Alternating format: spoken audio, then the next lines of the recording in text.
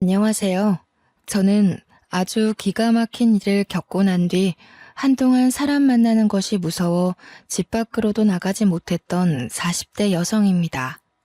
자세하게 이야기를 하면 제 주위 사람들이 알아볼까 무섭지만 도무지 상식적으로 이해가 가지 않고 너무나도 놀라운 일이라 어딘가에라도 털어놓고 싶어 이렇게 사연을 올립니다. 제가 들려드릴 이야기는 몇 년 전 저에게 있었던 일이고 상상도 못할 이야기니 같이 공감해 주시면서 들어주시면 고마울 것 같습니다. 저는 평범한 가정에서 자라 평범하게 대학을 졸업하고 취직까지 무난하게 하여 남들과 다를 바 없는 평범한 하루를 살고 있었습니다.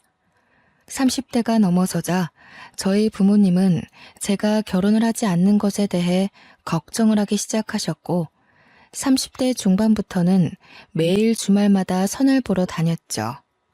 저희 남편은 선자리에서 만났고요. 처음 봤을 때는 선한 인상에 말투도 그렇고 행동도 하나하나 저를 배려해주는 모습이 의도하지 않아도 자연스럽게 나타나 이 사람이면 결혼해도 좋겠다 싶었습니다.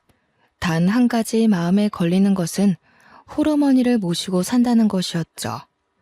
아무래도 어딜 가나 고부간의 갈등에 대한 주제는 늘 불타오르지 않겠습니까? 그래서 저는 그 부분이 매우 걱정되어 이 남자와는 결혼을 하지 못하겠다 싶었습니다. 하지만 하루를 더 보고 이틀을 더 보고 하다 보니 자연스럽게 남편에게 푹 빠지게 되더라고요.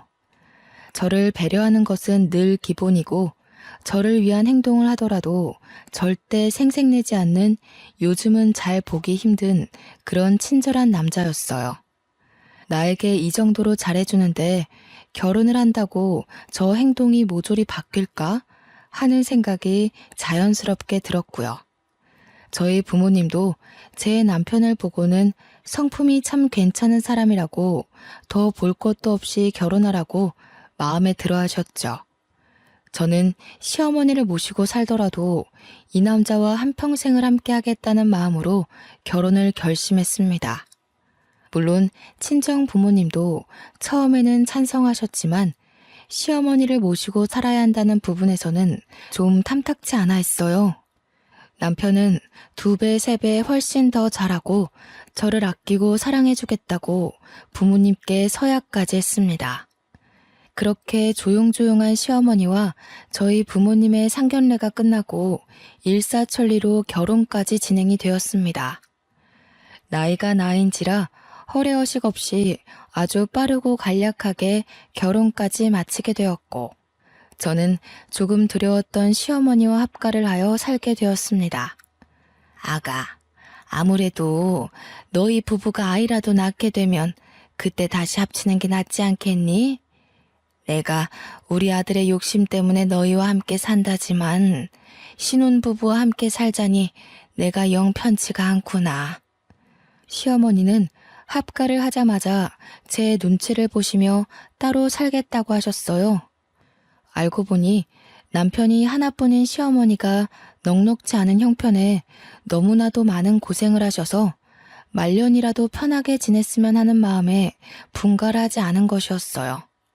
남편은 제게 2번, 3번 약속했습니다. 혹여라도 우리 어머니께서 당신에게 시집살이를 시킨다던가 당신과 갈등이 있다면 그땐 바로 분가할게. 하지만 나를 한번 믿어보고 우리 어머니께 벽 없이 딱 한 번만 다가와줘. 저는 남편의 약속을 믿었고 남편 말대로 어머니께 허물없이 다가가 보기로 했습니다. 아직 시작도 안 한 시집살이에 미리 겁먹을 필요는 없으니까요. 하지만 제가 겁을 먹은 것이 아주 멍청한 행동이었다는 걸 증명하듯 시어머니께서는 정말 제 손에 물 한 방울 안 묻게 해주셨습니다. 저나 남편이나 둘 다 맞벌이였기 때문에 점심은 밖에서 먹는다고 쳐도 저녁만큼은 꼭 집에서 먹기로 약속하였는데 항상 퇴근하고 오면 진수성찬이 차려져 있었어요. 매번 이렇게 차리시는 게 힘들겠다 싶을 정도로 어머님의 손맛이 담긴 정성스러운 반찬이 어찌나 감동적이던지. 식사가 끝나고 제가 뒷정리라도 할라치면 시어머니께서는 제게 버럭하셨어요. 그 귀한 손을 물을 왜 묻혀? 그렇게 쓰는 손 아니다, 아가야. 내가 아직 정정하니 집안 살림은 내가 하게 해주련? 그래도요, 어머님, 설거지 정도는 제가 할 수 있는걸요. 바깥일 하고 와서 무슨 설거지를 한다고 그래. 우리 아들이 하면 모를까. 우리 아가는 들어가서 씻고 얼른 누워 자. 내일 아침에도 출근해야 하는데, 응? 가서 쉬어, 어서. 저는 어안이 벙벙할 정도로 공주님 대접을 받았습니다. 저희 친정에서도 저를 이렇게까지 대접해주지 않았었는데 말이에요. 남편은 저에게 오히려 어머님과 같이 사는 게 불편할 수 있는데 내색 한 번 안 해주고 고맙다면서 저를 더 아끼고 사랑해 주었습니다. 저는 이 모자의 사랑과 친절, 그리고 배려까지 한 몸에 받으면서 몸둘 바를 모를 정도로 행복한 하루하루를 보내고 있었어요. 저희 친정에서도 시댁 잘 만났다며 저희 집으로 시어머니 몸보신하시라고 각종 좋은 재료들을 보내주시고 시어머니는 그 재료들로 제게 사내 진미를 맛보게 해주시고요. 남편이 시어머니께 용돈이라도 드리면 그 돈을 차곡차곡 모아서 저 맛있는 거 사주신다고 밖에 나가 한아름 장도 보시고 저에게 잘 어울릴 것 같다면서 쑥스럽게 스카프를 내미시기도 하시고요. 정말 고부간의 갈등을 걱정했던 제가 죄송스러울 정도로 저를 아껴주셨습니다. 빨래며 청소며 주말에 쉬는 날 하려고 하면 이미 다 깨끗하게 정리되어 있어 건드릴 필요가 전혀 없었고요. 오히려 제가 뭔가를 자꾸 손대려고 하니까 시어머니께서 평일에 모든 정리를 다 해놓으시고는 주말에는 같이 놀러 가자고 하시더라고요. 저희 부부 아니면 어머니 혼자 어디 가기가 불편하시니까 오히려 그게 낫겠다 싶어서 효도하는 마음으로 매주 주말 어머님과 함께 데이트를 했습니다. 오히려 남편과 둘이 나갈 때보다 더 즐겁고 행복한 시간이지 않았나 싶어요. 어머님과 함께 그때 더 많은 추억을 남겨놓을 걸 하는 생각이 들기도 하고요. 그래도 같이 스티커 사진을 찍어보기도 하고 공방 같은 데서 비누도 만들고 어머님과 뜨개질도 하고 정말 많은 것들을 했어요. 처음 스티커 사진을 찍을 땐 찰칵하는 소리에 놀라 소리를 지르기도 했었고요. 사진의 얼굴이 죄다 잘려서 나와 여러 번 찍기도 했죠. 공항에서 만든 비누는 아까워서 사용도 못하고 아직까지 제 서랍에 보관 중이랍니다. 어머님과 뜨개질로 만든 조끼, 목도리, 가방, 셀 수 없이 많았죠. 정말 큰 사진관에서 우리 셋이 함께 찍은 사진은 큰 액자로 뽑아서 거실에 걸어두었고 어느 날은 손과 발을 본떠 금속 액자를 만들어주는 체험도 했습니다. 어머님은 늘 즐거워하셨고 그런 어머님을 보면서 저는 마음이 뭉클해지기도 하고 더 잘해야겠다는 마음이 들기도 했어요. 주위에서는 주말마다 시어머니 모시고 나가는 게 힘들지 않느냐고 물어보기도 했는데 저는 너무 즐거워서 금요일만 되면 주말에 뭘 할까 검색하느라 정신이 없었습니다. 손도장, 발도장, 액자를 만들고 온 날 어머님께서 또 용돈으로 드린 돈으로 제게 작은 귀걸이를 선물해 주셨어요. 어머님, 자꾸 제 선물 사지 마시고 우리 어머님 거 사셔요.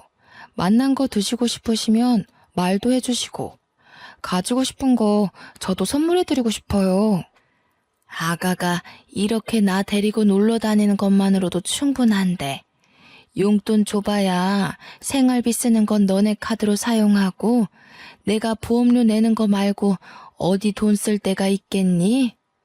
어머님께 용돈을 드리면 일부는 꼬깃꼬깃 어딘가에 모아두셨다가 남편도 아닌 저를 위한 선물을 사주시곤 했는데 용돈의 대부분은 보험료 지불로 사용하고 계셨어요. 처음에는 무슨 보험이 13개나 있어서 너무 놀라 보험 사기라도 당한 건 아닌지 걱정을 하기도 했습니다. 알고 보니 어머님께서 보장 내역을 하나하나 살펴보시고 가입하신 거였어요.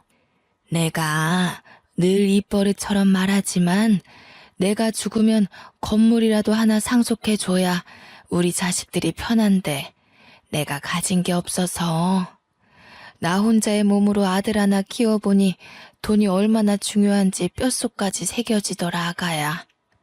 내가 죽어서 큰 돈이라도 남겨줘야 속이 시원하니 절대 내 보험만큼은 해지 말고 냅두거라.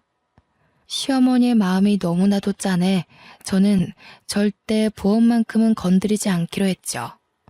그래도 남편과 결혼하고 나서 맞벌이로 차곡차곡 내 집 마련을 위한 저축도 하고 비상금도 모으고 어머님께 용돈을 드리는 부분이 전혀 부담되지 않은 선이었기에 괜찮았습니다. 직장 생활이라는 게 늘 고정급이 들어오니 어찌 보면 사업보다 훨씬 낫지 않겠어요? 안정적인 수업이 있다는 게 우리 가정에겐 참 행복이었습니다. 제가 딱 2개 저희 시어머니와 살면서 불편했던 게 있다면 첫째는 알레르기 때문에 회를 전혀 드시 못한다는 것. 저는 어릴 때부터 횟집 사장님과 결혼할 거라고 외쳤던 날생선 킬러였는데 어머님께서 알러지가 있어 날생선을 전혀 드실 수 없었습니다. 그래서 회사에서 점심때 초밥이나 회덮밥 정도 먹는 걸로 제 마음을 달래야 했죠. 결혼하고 딱 2번 남편이 어머님께 말씀드려 코스 요리로 회 요리를 먹으러 갔었네요. 그때도 어찌나 죄송하던지 어머님께 우동이나 덮밥 같은 다른 요리라도 드시면 되니까 같이 가자 했는데 둘이 데이트하라고 보내주시더라고요. 커피를 사서 집으로 돌아오는데도 마음이 편치 않았던 터라 제가 그냥 회를 덜 먹는 걸로 결심했죠. 내가 얼마나 놀랐었는지. 그날이 군대 복귀하는 날이었거든. 그전까진 우리 형편이 좋지 못해서 회를 먹으러 간다는 생각을 못했던 거지. 내가 군대 선임이랑 한번 횟집 가서 광어회를 먹었는데 너무 맛이 좋은 거야. 그래서 휴가 나가면 어머님을 꼭 모시고 가야겠다 다짐을 해서 어머니와 함께 횟집에 간 거지. 자기 많이 놀랐겠네. 갑자기 어머님 알레르기 증상이 올라와서. 하필이면 복귀하는 날 점심에 그런 거였어. 같이 회를 먹고 있는데 어머니가 갑자기 목을 막 긁으면서 숨이 안 쉬어진다고 하시는 거야. 119 부르고 나는 복귀 시간 코앞이라 발 동동 구르고. 근데 우리 엄마가 쓰러지셨는데 어떡해. 영창 가도 어쩔 수 없다 하면서 병원으로 달려가 어머님 곁을 지켰지. 그래서 군대는 어떻게 됐어? 나중에 생각이 났지. 병원에서 부대로 전화를 걸었지. 부대는 다 뒤집어졌다는 거야. 내가 탈영한 줄 알고. 나 잡으러 헌병 출동한다 그러고. 다행히 어머님 아픈 거랑 다 병원 기록으로 증명이 되어서 호되게 혼나고 몰래 덮어주셨어. 남편은 그 뒤로도 회가 싫다고 했지만 또 저를 위해서는 같이 자리를 지켜주며 잘 먹어주었습니다. 이런 배려를 보여주는 내 사랑스러운 가족들을 어떻게 싫어할 수 있을까요? 저도 마음이 활짝 열리자 어머님도 저를 더 아끼고 사랑해 주셨죠. 하지만 또 한 가지 어머님에겐 절대 남이 건드려서는 안 되는 것이 있었습니다. 그게 제가 불편했던 2번째 이유인데요. 바로 애착 이불이 없으면 잠을 못 주무신다는 것이었습니다. 아가야, 내 이불 못 봤니? 그거 너무 때 같아서 빨래하려고 세탁기에 넣어뒀어요. 안 된다. 그거 절대 빠는 거 아니야. 아가, 제발 내가 부탁했잖니. 다른 건 몰라도 내 이불만큼은 절대 건드리면 안 된다고 내가 그렇게 말을 했는데. 죄송해요, 어머님. 제가 깨끗하게 빨아드리려고 잘해보려고 한 건데. 다른 건 다 가져가도 좋고 버려도 좋은데 저 이불만큼은 절대로 절대 건드리면 안 된다. 알겠어? 저거는 내가 죽어서도 나랑 같이 묻어줘야 하는 내 귀중품이야. 저는 어머님의 화내는 모습을 처음 봐서 너무 놀라웠고 마음이 쿵 내려앉는 것 같았죠. 생전 저에게 화 한 번 낸 적 없던 어머님이셨는데 애착이불과 관련해서는 항상 저에게 히스테릭한 모습을 보여주셨어요. 여행을 갈 때는 당연하고 어딜 가더라도 잠이 들 땐 꼭 애착이불을 늘 품에 지니고 계셨습니다. 저는 솔직히 너무 너덜너덜하고 꼬질꼬질한 더러운 애착이불을 깨끗하게 한번 삶기라도 했으면 했지만 제가 이런 소리를 하면 어머님께서 버럭하셨기 때문에 결국 포기했어요. 아가야, 내가 늙어서 그런지 아주 머리털이 몽땅 다 빠지려나 보다. 내 이불에도 머리카락이 얼마나 붙던지. 이러다가 대머리 되면 어쩌지? 어머님, 제가 탈모 샴푸라도 하나 가져다 놓을게요. 저는 어머님께서 이불에 머리카락이 붙는다고 하셔서 애착 이불에다가 돌돌이라도 돌려 머리카락만 정리를 해드려야겠다 싶었습니다. 어머님 이불을 가져와 열심히 머리카락을 정리하고 있는데 어머님께서 불같이 달려와 이불을 빼앗더라고요.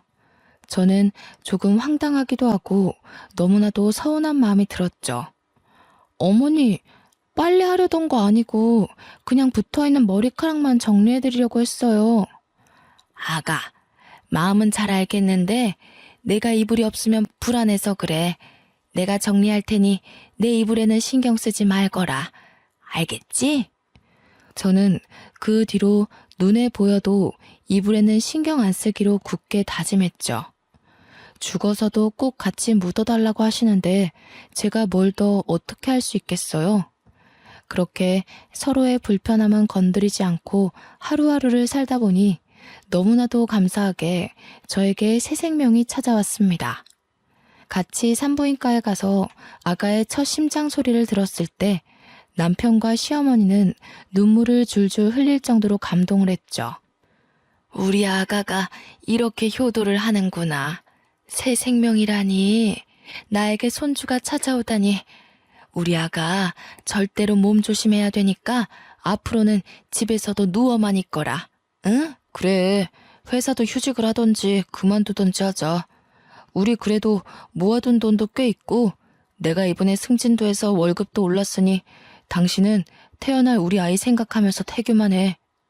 저는 만삭이 될 때까지 일을 할 생각이었지만 가족들의 만류로 어쩔 수 없이 휴직계를 내게 되었습니다. 너무 일찍부터 육아휴직을 쓰는 것이 아닌가 싶긴 했지만 10년 가까이 다닌 회사였기 때문에 사장님께서도 저를 많이 배려해 주셨어요. 정말 평소에도 집에서 하는 일이 없었는데 임신하고 나니 더 할 일이 없어지더라고요. 제가 화장실이라도 가려고 일어나면 어머님께서 와서 무슨 일이냐 하고 안절부절 제 옆을 못 떠나시고요. 병원에서 아가 자궁이 약해서 푹 쉬라고만 했잖니. 늙은이가 주책이지? 화장실 한번 갈 때마다 불안해서. 아니에요, 어머님. 이렇게 신경 써주시니 제가 건강하게 잘 버티는 거 아니겠어요? 그래도 가끔 동네 산책 30분 정도는 좋다고 하던데 저랑 산책이라도 가실까요? 내내 집에만 있어서 몸이 찌뿌둥했는데 잘 됐다며 어머님과 저는 매일같이 하루에 30분, 많게는 1시간이 넘도록 공원 산책을 즐기게 되었습니다. 어머님이 살아온 인생에 대해서도 듣고 같이 울다 웃으며 서로 더욱 더 돈독해졌어요. 그날 저녁 남편이 급하게 다른 지역 출장을 간다고 떠나게 되었습니다.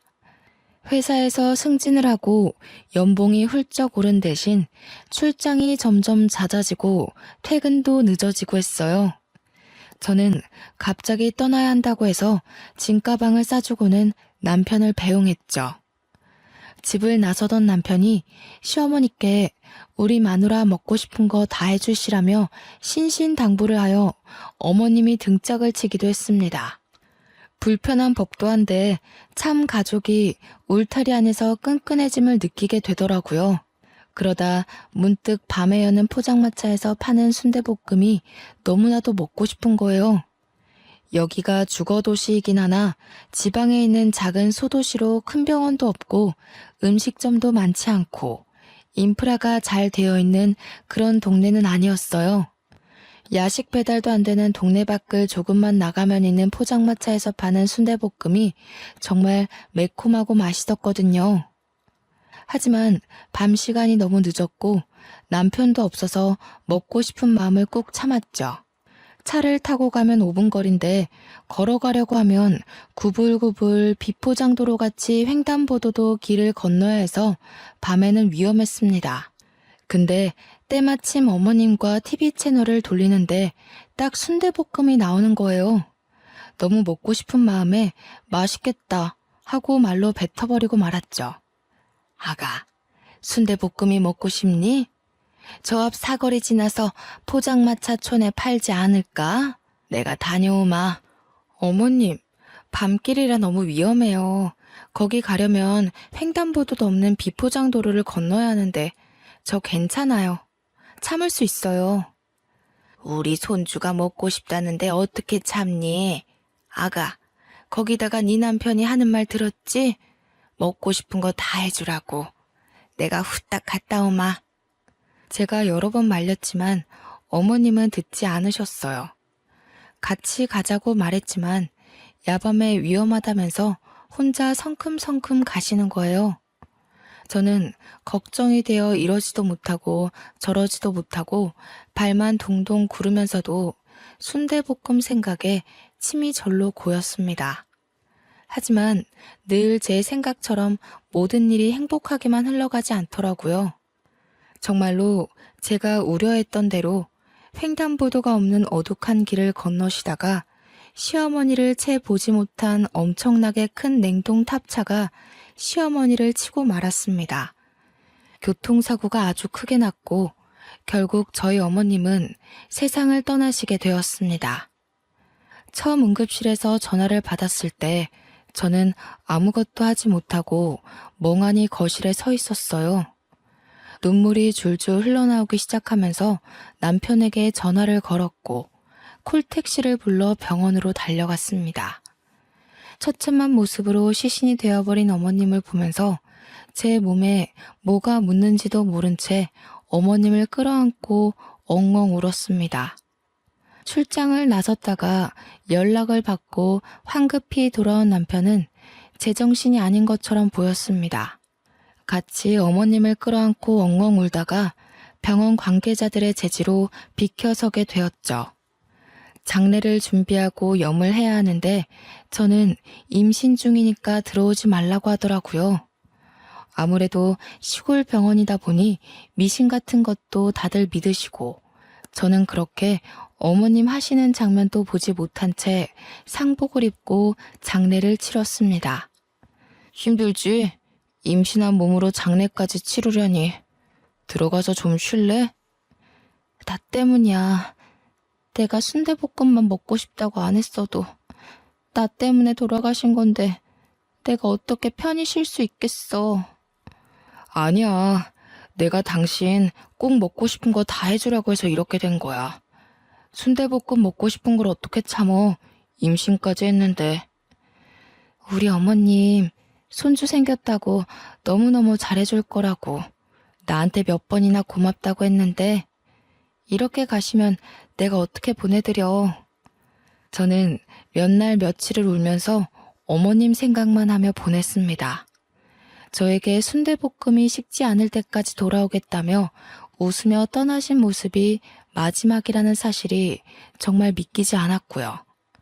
결국 자책과 눈물을 반복하다 유산기가 보여 병원에 입원까지 하게 되었습니다. 무너져버린 남편은 제게 울면서 말했어요. 당신까지, 우리 아이까지 잘못되면 나 너무 힘들 것 같아. 제발 편하게 마음 먹고 쉬어. 응? 저는 남편 말대로 병원에서 휴식을 취하기로 했습니다. 영양제다 뭐다 주렁주렁 매달아 놓은 주사들과 함께 병원 이곳저곳을 둘러보는데 참 이런 곳에서 어머님의 장례를 치렀다는 게 죄송스럽더라고요. 마지막 가시는 길 정말 좋은 병원에서 장례라도 치렀어야 했는데 하는 마음이 들더라고요. 남편도 마음이 많이 힘들 텐데 오히려 저를 위로해주고 저희는 서로를 의지하며 그렇게 버텨냈고 저는 일주일 만에 퇴원을 하게 되었습니다. 집에 돌아와 어머님의 유품을 정리하는데 도무지 이불 만큼은 버릴 수가 없겠더라고요. 어머님께서 꼭 이불도 같이 묻어달라고 하셨었는데 차마 어머님의 흔적이 가장 진하게 묻은 이불을 같이 보낼 수 없더라고요. 같이 보낼 수 없었어요. 제가 너무나도 사랑했고 그리워하는 어머님이기 때문에 제 이기심에 이불만큼은 제가 꼭 끌어안고 있었죠. 보자기에 곱게 싸서 제가 언제든 그리울 때마다 꺼내보려고 장롱 속에 넣어두었습니다. 그렇게 정신없이 하루 이틀을 보내고 있는데 보험회사에서 연락이 막 오더라고요. 어머님께서 살아생전 들어놓으셨던 생명보험들에서 사망신고가 접수되었으니 보험금을 수령하라는 연락이었어요. 남편 통장으로 모두 수령을 했고 그 금액에 저희는 2번 놀라고 말았습니다. 무려 20억가량의 보험금이 통장으로 들어온 거예요. 생전에 건물 한 채에 못 물려주고 미안하다고 몇 번이나 제 손을 잡고 쓴웃음을 짓던 어머니께서 보험금을 이렇게 남겨주시다니 저는 또 한 번 눈물을 터뜨렸죠. 남편은 그동안 진심으로 어머니와 함께 행복한 추억을 만들어줘서 고맙다고 앞으로 행복하게 살자고 하더군요. 저희는 그렇게 새로운 출발을 결심했습니다. 하지만 그것도 잠깐이었어요. 아주 충격적인 일이 그 이후에 발생했습니다. 제가 임신 4개월에 접어들 무렵이었습니다. 집에 갑자기 누군가 찾아왔어요. 남편은 출근하고 없었고 친정 부모님은 여행을 떠나셨기 때문에 집에 찾아올 사람도 없어서 누군가 하고 인터폰으로 밖을 보니 어머님이 서 계신 게 아니겠어요. 저는 너무 놀라 소리도 지르지 못하고 멍하니 현관문 앞에 서 있었습니다. 얘야, 문 열어라. 장례까지 다 치르고 분명 강에 뿌려달라 하셔서 앞으로는 훨훨 여행 다니시라고 강에 뼈가루를 다 뿌리고 왔는데 죽은 시어머니가 문 앞에 서 있다뇨. 저는 놀라서 까무라칠 것 같았어요. 마음을 가다듬고 문을 여니 정말로 시어머니께서 저를 흘겨보고 계신 게 아니겠어요? 뭐가 이렇게 굼떠? 제게 확 쏘아붙이는 시어머니의 목소리까지 정말 제가 알던 그 어머님의 목소리와 똑같았어요. 저는 눈물을 줄줄 흘리면서 어머님을 꼭 끌어안아 보았습니다. 얘가 왜 이래? 이거 놔. 귀신인가 싶었지만 정말 살아있는 시어머님의 모습이었습니다.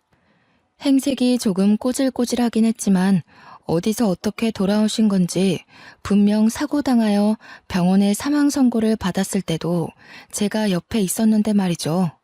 아니 어머니, 이게 어떻게 된 일이에요? 분명 제가 장례까지 다 치렀는데. 얘가 내가 살아 돌아왔으면 감사합니다. 앞으로 잘하겠습니다 해야지 어디 말을 붙여? 그럼 내가 뭐 무덤에서 살아 돌아왔을까봐? 사고당해서 죽은 게 내가 확실해? 나 이렇게 살아있잖아. 시어머니께서 제게 호통을 치며 죽은 게 내가 맞냐고 하니 갑자기 혼란스러웠어요. 분명 제가 시체로 시어머니를 뵙긴 했지만 시신이 차에 심하게 깔려 훼손된 상태였고 저도 시어머니의 말을 들으니 제가 본 게 진짜가 맞는지 의심이 들었고요. 저는 남편에게 전화를 걸어 이 사실을 모두 말했고 남편은 헐레벌떡 집으로 돌아왔습니다. 시어머니와 똑같은 얼굴, 똑같은 목소리를 듣고 남편도 오열을 했고 저희는 시어머니의 말대로 시신을 착각해서 시어머니인 줄 알고 장례를 치렀다고 생각했어요. 어머니, 그동안 어디 계셨길래 3주가 넘도록 행방이 묘연하셨던 거예요? 내가 글쎄 말하자면 긴데 아무튼 사고를 좀 당해서 기억이 안 난다. 이제서야 겨우 기억이 나서 더듬더듬 집으로 찾아왔더니 내가 죽었다지 뭐냐? 배고픈데 뭐 좀 먹을 거 없니? 뭐라도 시켜 먹든 아니면 밥 좀 해와라. 며느리가 돼가지고 빠릿하게 움직이지 않고 못 배워 먹은 것처럼 멍하니 그러고 있니? 제게 단 한 번도 싫은 소리를 한 적 없던 어머니께서 그런 말을 하시니 조금 놀라웠지만 사고를 당해 기억을 단편적으로 잃으셨다고 하시니 저도 별 의심 없이 밥을 차렸습니다. 생전에 어머님께서 좋아하시던 나물 반찬을 잔뜩 사와서 밥상을 차리니 젓가락을 탁 놓으시더라고요. 내가 배가 고파서 반찬 사오는 시간까지 기다렸는데 고작 나를 대접하는 게 나물 반찬이야? 어디 회라도 떠오는 줄 알고 기다렸더니 안 먹어. 저는 회를 찾는 시어머니에게 의문이 들었지만 3주 만에 다시 찾아오신 건데 고기라도 내어드렸어야 했다고 생각하면서 죄송하다고 했죠. 그 뒤로 저는 임신해서 점점 배가 불러오는 몸으로 어머님을 극진히 대접했습니다. 저에게 단 한 번도 시킨 적 없었던 속옷 빨래도 직접 하고 어머님 잠자리에 드실 자리끼까지 손수 준비했죠. 어머님은 당연하다는 듯 저의 대접을 받으셨지만 제가 임신 7개월쯤 되었을 때 저는 점점 의심이 들었습니다. 여보, 아무리 생각해도 이상해. 당신은 이상한 부분이 없어? 나도 조금 의심이 들던 참이야. 지난번에 횟감 떠왔더니 아무렇지 않게 드시는 거 봤지? 우리 어머니 알러지 때문에 생선 회를 드시지 못한 분이셨어. 그것뿐만이 아니야. 내가 내 입으로 말하기 부끄럽지만 같이 살면서 단 한 번도 내게 일을 시키신 적 없던 어머니셨어. 근데 지금은 물까지 내가 떠다 드려야 돼. 임신한 몸이라고 움직이는 것도 조심해야 된다고 하셨던 분이 잡일까지 다 나를 시키시고 거기다가 늘 그랬듯 산책을 가자고 하니 놓친 내 무릎 생각은 안 하냐고 내게 소리까지 지르셨어. 혹시 어머니께서 이불은 안 찾으셨어? 그게 제일 수상해. 이불만큼은 내게 건드리지도 못하게 하고 그거 없으면 잠도 못 주무셨잖아. 근데 이불 이야기를 단 한 번도 꺼내지 않으셨어. 나도 일부러 이불 이야기를 안 했고 아무리 생각해도 모습은 우리 어머니가 맞는데 우리 어머니가 아닌 것 같아. 사고를 당했다고 하시는데 아무리 봐도 그런 후유증이나 흔적도 없고 사고를 당했다고 체질이 바뀌는 건 아니잖아. 저희는 의심이 확신이 되었고 어떻게 하면 돌아온 시어머니가 우리 시어머니가 아니라는 걸 밝힐 수 있는지 고민을 했어요. 아니라고 하기엔 너무나도 똑같은 얼굴, 똑같은 목소리. 저희는 정말 정신이 파괴되는 것 같았죠. 그러다 문득 DNA 검사가 떠올랐어요. 저는 보자기에 꽁꽁 싸맨 어머님의 애착이불을 꺼냈고 애착이불에서 어머님의 머리카락을 발견할 수 있었습니다. 남편과 저는 이불에서 찾은 머리카락과 돌아온 어머님의 칫솔이며 떨어진 머리카락 등을 주어 유전자 검사 기관에 의뢰를 했습니다. 일주일 정도 걸린다는 말에 어찌나 피가 마르던지 정말 상상도 못할 긴장감에 손발이 차게 식는 기분이었습니다. 일주일 뒤 기관에서 연락이 왔고 저와 남편은 한달음에 달려갔어요. 그곳에서 정말 충격적인 결과를 받았습니다. 99.9% 일치한다는 결과였어요. 유전자가 일치한다니 그 말은 즉슨 저희 시어머니가 맞다는 이야기가 아니겠어요? 저와 남편은 정말 이 사태를 어떻게 받아들여야 할지 정신이 나가버렸습니다. 하지만 유전자까지 일치하는 마당에 가짜라고 의심할 수도 없는 상황이었습니다. 저는 점점 불러오는 배를 움켜쥐고 어머니의 수발을 더욱 열심히 들었습니다. 빨래할 때 내 거는 과일향 말고 시원한 냄새가 나는 세제를 쓰라고 했잖아. 그거 하나 못하니? 어머니, 원래 과일향 나는 세제를 좋아하셔서 비누도 그렇고 전부 과일향으로 사용하셨잖아요. 그건 그때고 지금은 지금이지. 그리고 반찬이 왜 이렇게 부실해? 매일 밥상에 고기는 꼭 올라가야 하는 건 몰라? 우리 아들 이렇게 고기도 못 먹고 지내는 거니? 너네 돈이 없어? 어머니 원래 나물 반찬만 드셨잖아요. 그리고 그이도 저녁에 고기 먹으면 속이 부대낀다고 잘 안 먹고요. 따박따박 말대답하는 것 좀 봐. 너네 친정에서 그렇게 가르치디? 항상 우리 친정 부모님께 감사하다고 인사하시던 시어머니의 모습은 온데간데 없고 친정을 운운하며 저를 혼내는 어머니를 보면서 너무나도 서글펐어요. 도무지 어떤 사고가 났길래 사람이 저렇게까지 변할 수 있나 무섭기까지 했죠.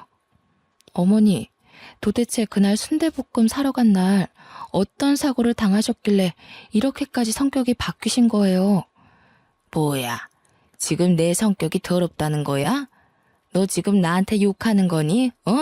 저는 점점 마음의 문을 닫고 어머님과 대화하는 시간을 줄였습니다.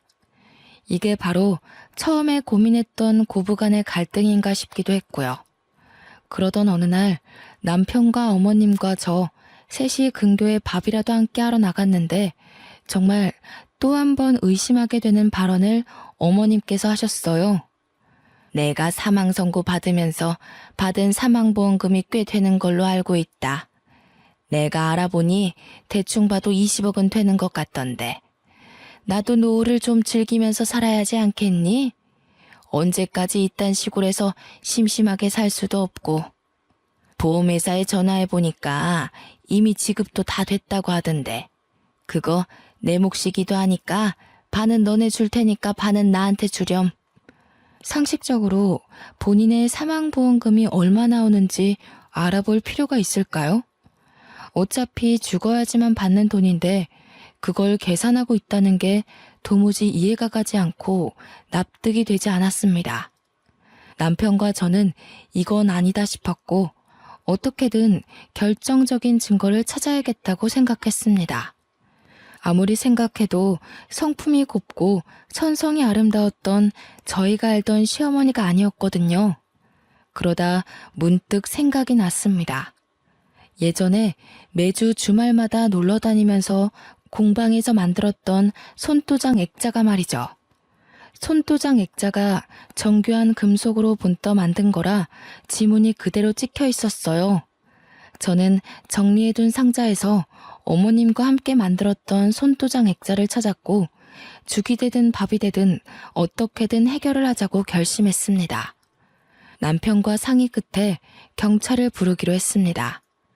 만약 지문까지 일치해서 우리 시어머니가 맞다면 정말 보험금의 반을 드리고 이제 분가하겠다고 우리의 삶을 찾자고 할 생각이었습니다. 지문이 일치하지 않아 남인 것이 밝혀지면 사기죄로 고소를 하자고 생각했고요. 결국 경찰을 집으로 부르고 그동안 있었던 모든 일을 경찰에게 말했습니다. 어머님께서 분명 사고를 당하셨고 저희가 영안실에서 시신 확인까지 마친 뒤 장례를 치렀습니다.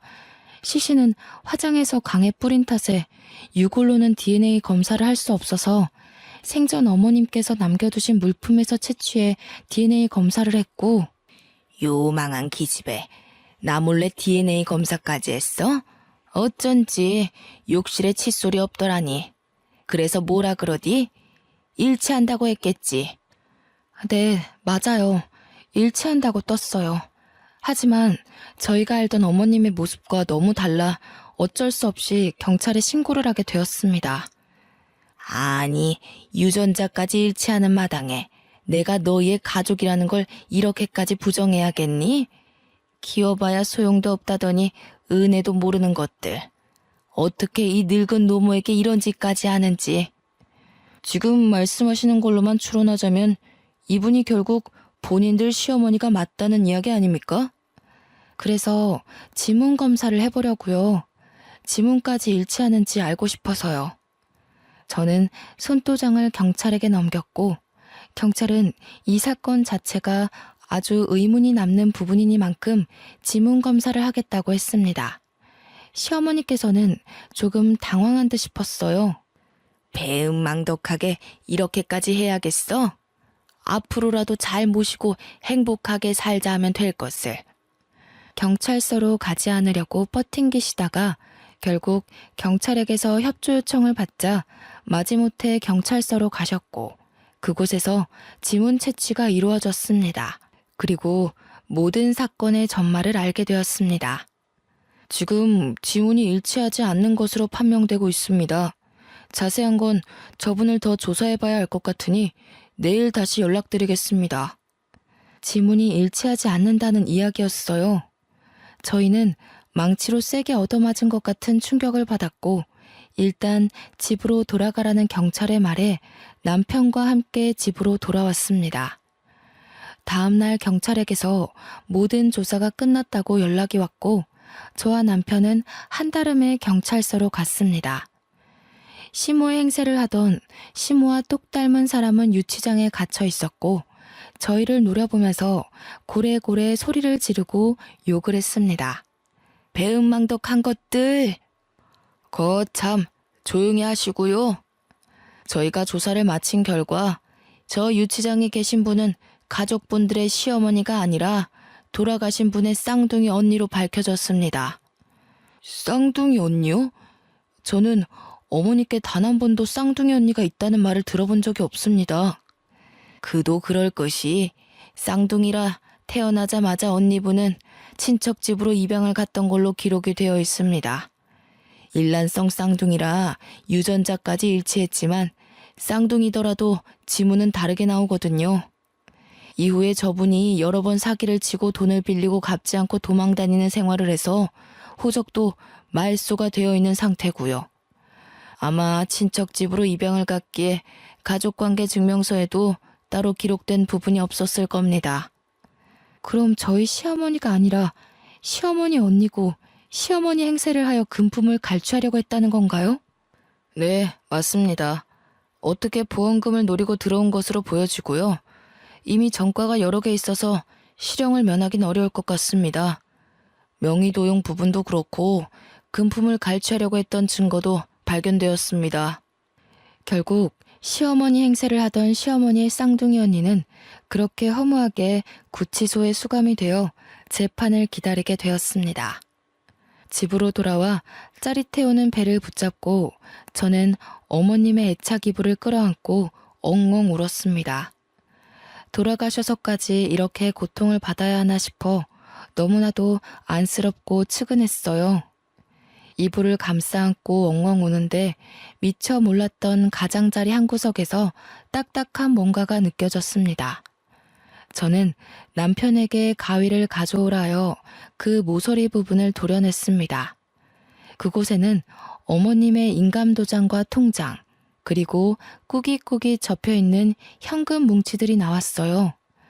저희가 용돈을 드릴 때마다 남은 쌈짓돈들을 모아 통장에 입금하고 미처 입금하지 못한 현금들을 거기에 모아두셨던 겁니다. 통장에는 우리 며느리 아들 용돈이라고 서투른 한글로 적혀 있었고요. 저희가 드렸던 용돈을 본인을 위해 쓰지 않으시고 이렇게 하나하나 모아두신 것도 너무나도 마음이 아팠어요.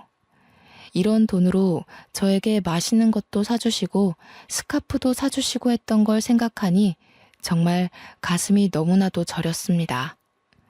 보험금까지 큰 돈 남겨주시고 떠난 어머님을 생각하면 아직도 제 마음이 너무나도 아픕니다. 저는 이후 건강하게 아들을 출산했습니다. 회사에는 양해를 구하고 퇴사를 했고요. 지금은 벌써 시간이 꽤 흘러 아이도 유치원에 갈 나이가 되었습니다. 어머님이 살아계셨더라면 정말 저희 아이를 너무나도 예뻐해 주셨을 텐데 하는 마음이 들지만 분명 하늘에서 저희를 지켜주고 계실 거라 믿고 있습니다.